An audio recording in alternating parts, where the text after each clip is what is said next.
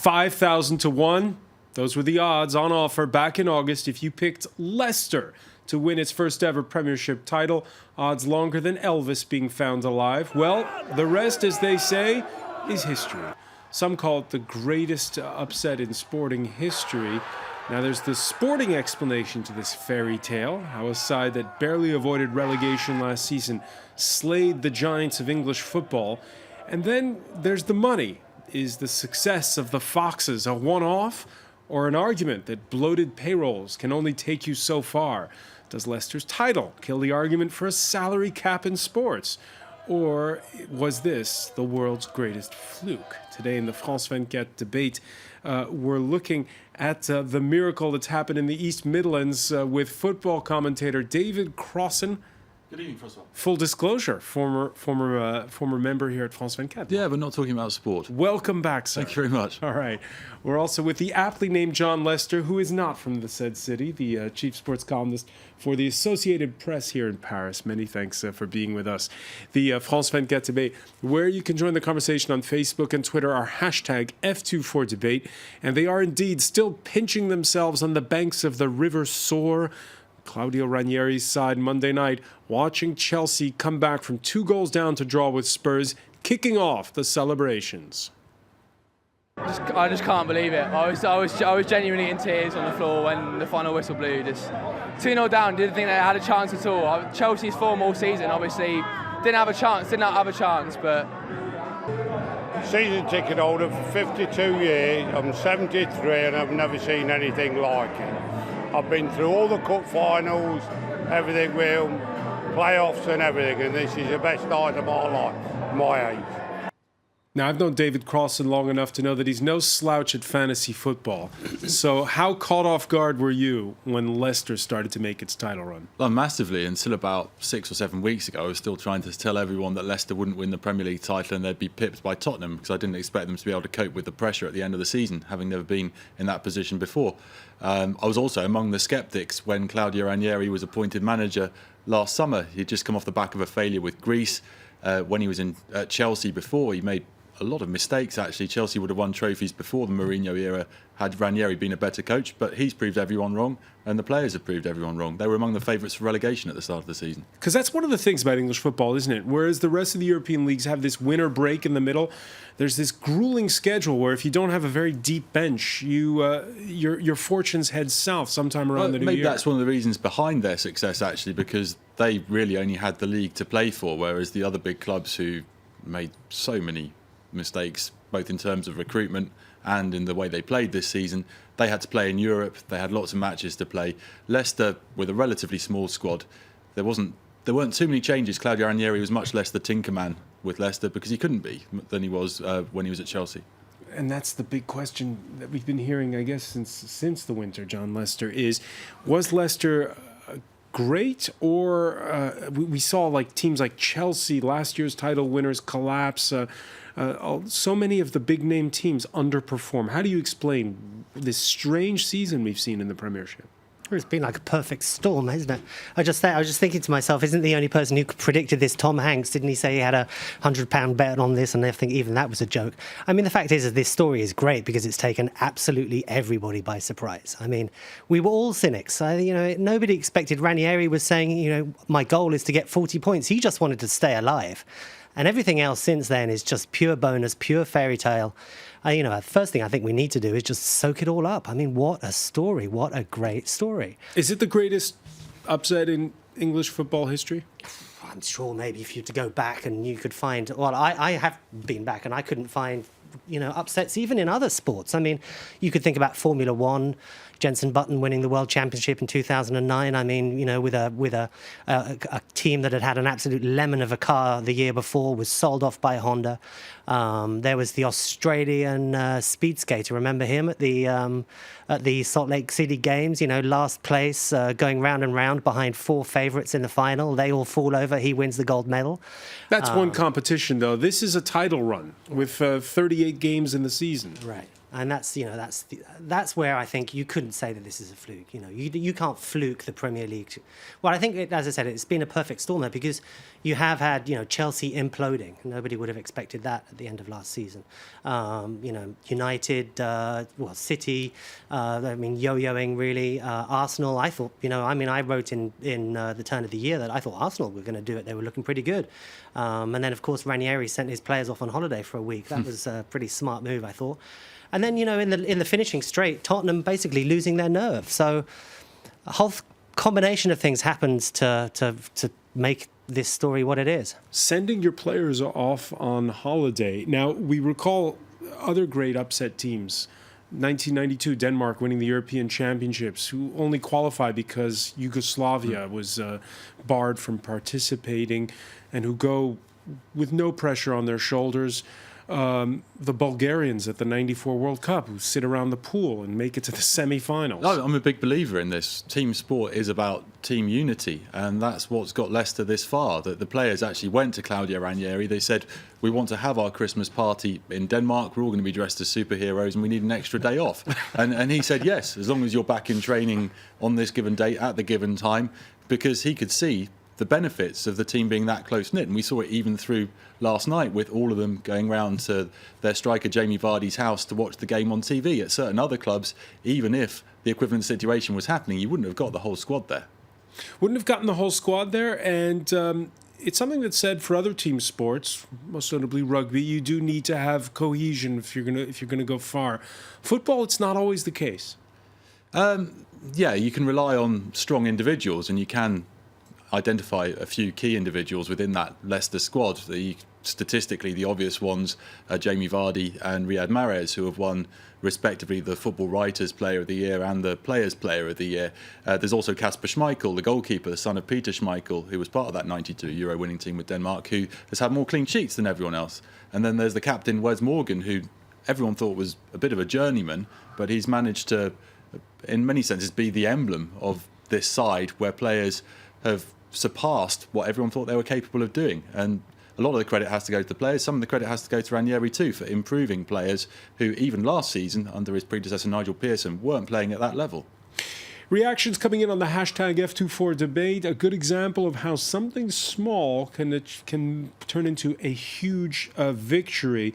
Now, we were looking it up. We don't have the final figures on the payrolls for 2015-2016. But according to provisional figures, it seems as though Leicester might have the 17th largest payroll out of 20 in the Premiership. We can maybe show the graph and see the mismatch with some of the teams they finished ahead of. What's your reaction to that, John Lester? And, over the years, people have said, there's too few teams that suck all the oxygen in leagues like La Liga and the Premiership, and maybe it's time for a salary cap. Has Leicester just ended that argument once and for all? Absolutely not. I mean, straight after they win the title, then we've got the Champions League, and the four teams in there. I suppose with Atletico Madrid, you could maybe argue, but I mean, they've got plenty of money. I mean, I think, this has to be more of a blip. I think money does talk in football, and, money buys you the best talent. And, there's been plenty of studies and plenty of books that show how the direct correlation between money spent and success earned. But again, that's another reason why this story is so great. I mean, it does break, the idea that it's only about money. Obviously, it's not only about money. And I think team spirit has really been, an essential part of that. And again, it sort of brings us back down to the qualities that I think we like, the qualities that I think, basically attract a lot of us to sort of team sports like football in the first place, is the idea of people sort of playing together. I mean, there wasn't it? I think Ranieri was saying about one of the things he most liked during the season was how when Jamie Vardy was on to get to 12 consecutive games where he scored, instead of taking a shot himself, he passed it to Mahrez so that he could complete a hat-trick. I think it was something like that, right? I mean, that's great stuff, and I think, also superstars, football as a team game has become in many ways a very individualistic sport. I mean, these superstars who are just mega stars now, the idea that, it all revolves around maybe 2-3 people in a team, well, they've proved that that's absolutely not correct. So. And nowhere do we know it better than here in France, where the whole world saw the implosion of the national team at the South Africa World Cup. This year's team, it's up in the air whether the big egos in the room are going to really dominate and therefore perhaps dull the performance of the national team. Can there be lessons drawn from Leicester, or is it, as we were saying at the outset, a one-off? No, there are definitely lessons to be drawn, because what draws people to support, if it's not your team, is the idea of unpredictability. If it's just purely going to be decided on a balance sheet, then we might as well all stop tuning in to watch the games, stop reading the sports pages. And that's what made this season so exhilarating. It is easy to get carried away, however, with overstating this case about Leicester being a small, poor club. They're owned by a Thai billionaire. They're in the Premier League, which automatically makes them one of the richest clubs in the world. And when they got promoted from the Football League, the second division, they actually broke the financial fair play rules which were in place dictating the Championship. I've seen some arguments today of how UEFA's financial fair play rules might have made a small impact on their success, because it did mean that clubs like Manchester City couldn't recruit as much as they would have done otherwise in recent years, even if they spent massively last summer on Kevin De Bruyne and Raheem Sterling. Manchester United have spent more in the last 2 years since Louis van Gaal came in than Leicester have in their entire history. So it is a great upset. It's against the odds. It's been fantastic, and it's been an absolute joy to watch. So has the financial fair play rule essentially been a joke? Everyone thinks it's been relaxed for next season. We'll have to see what comes out of that. In actual fact, the way the rules were set up, it entrenched the power of the rich clubs, because it was all based on revenue, and new owners, no matter how rich they were, couldn't come in and spend more than was being generated. So a lot of people want that. They want the European Super League, which keeps coming up. There have been meetings again recently involving Americans who'd like to get this going. As a fan, as well as a journalist, I'd hate to see that. It really removes the essence of football. But of course, as John was just saying a minute ago, that European Super League already exists to a certain degree. There's 4 teams in the semi-finals of the Champions League, and I think 3 of the 4 are among the 5 richest clubs in Europe. And as such, this is just speaking from a personal viewpoint, I find the Champions League less interesting year on year, because you've seen the same games so often. The whole debates about Ronaldo, Messi start to become tiresome. What you need, and sport has this, it's an endless capacity to regenerate, and that's where the interest derives from. If we lose that, then, as I said earlier, we might as well just not bother. John Lester, when you look at that list of the 5 richest football clubs in the world, do you agree with David Crossan that it makes the Champions League a bit boring? Well, I mean, there has been talk, hasn't there, from some people saying that basically, you know, these richest clubs should sort of peel themselves off and create their own league. But I mean, what would be the fun in that if you couldn't have a story like Leicester coming in there to shake things up a while? I mean, you think in the Premier League now, I mean, it's been, since the turn of this millennium, there's only been, 4 clubs that have won it. So, I mean, this is great. I think what's going to be interesting is going to see what happens next, though. I mean, you know, Leicester's in for a real windfall, basically prize money that they're going to get from the Premier League.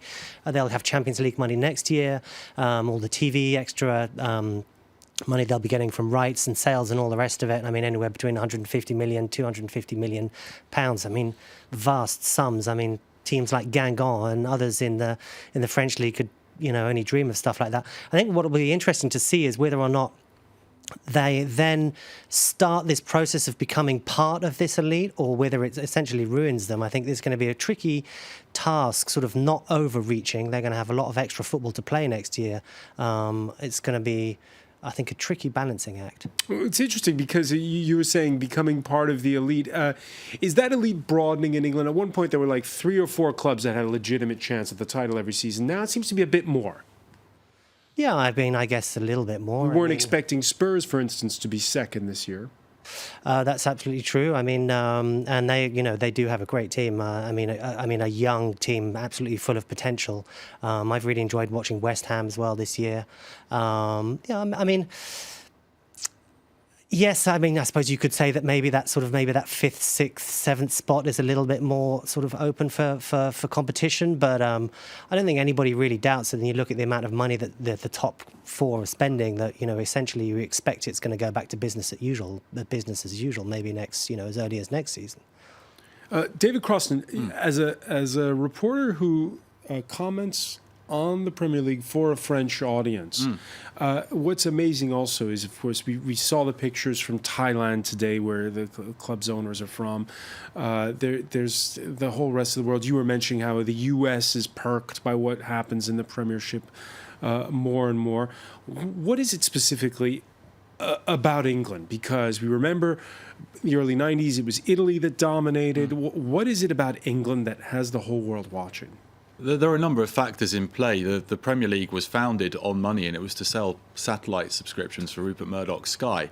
And the stadiums got redeveloped in the wake of the Hillsborough disaster. English football looks really good on TV. It's always been well produced, better produced than football elsewhere in Europe. And there are away fans, so there's always atmosphere. There are no away fans in France, very few away fans in Spain. It's only really in England and Germany where you get people travelling to games, and that adds to the colour, and that impacts on things elsewhere. Then you've got the English language, and it's true that it's been so well marketed around the world. The TV contract for foreign rights for the Premier League dwarfs all of the others of the 5 major European leagues, and people are fascinated by it. It's on everywhere, wherever you travel. If you say you're from England, people talk to you about the Premier League, and they've got a more encyclopedic knowledge of it than I do. It's whether you're talking to a waiter in India or a barman in Australia, they know everything. And is it a good show when you compare it to the other big leagues? It's exciting sometimes. I would actually say the standard's been pretty low over the last 2 or 3 seasons, that there hasn't been a great English team, and that's been translated into abysmal performances on a European level. The fact that Manchester City are in the semi-finals, I'd say that's something of a fluke, considering how they've been playing for the last few months, rather than Leicester City winning the league. They might end up doing what Chelsea did in 2012, being average domestically, but ending up winning the continent's top prize. No, England's got to have a long, hard look at itself, because it has the money to bring in all the world-class talent. Not all the world-class talent is there, and some of it's used badly, and they must improve in Europe. John Lester, you agree? Yeah, I do agree. I was also thinking, I just kind of wonder how this has gone down in places like in France, actually. Just, this isn't a dream that's accessible to a lot of clubs here, I don't think, is it? I mean, it is true that, in a way, I suppose this victory... Not with Paris Saint-Germain on track to win every domestic trophy. Yeah, and I can't see doing a Leicester, if it becomes a phrase. Who's going to do a Leicester in France, That said, were I to invest with the aim of qualifying for the Champions League, I wouldn't go to England, because, as John said, the clubs that are 5th, 6th, 7th, 8th, it's very strong. It's hard to get into that top 4. I'd invest in France straight away. Spend the right amount of money, you're guaranteed a top 3 finish, whether you manage to challenge Paris Saint-Germain for the title or not. All right, the pitch made by David Crossan. I want to thank you for joining us. John Lester as well. Stay with us. There's more coming up. We've talked about the money in football. We're going to talk about money in the boardroom in part 2 of the France 24 debate.